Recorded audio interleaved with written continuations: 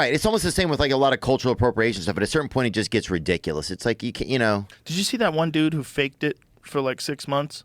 Fake being black. So, what I did was in fake being October, a 5 faker. months later, he said that it was all a social experiment on an episode of the conservative podcast Prime Time with Alex Stein. Sider said the purpose was to expose how gullible and delusional the left is.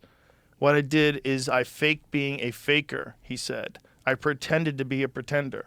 But yeah, well, that's right. The thing is, like, people don't want to admit that he's correct because it makes you insensitive.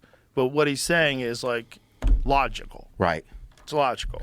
And so what if people are actually trans? Are some people actually trans? You would have to ask them. Okay. Therein lies the problem. I see. I think there are people that are not, though. There's people that are perverts, for sure, and pretend to be trans so they can go to women's rooms. For sure. Oh, yeah. For That's sure. at LAX. For sure. I'm not accusing all of them. I'm just saying. But I've seen it. You're going to have that if you have this thing. This new loophole. thing. This new thing.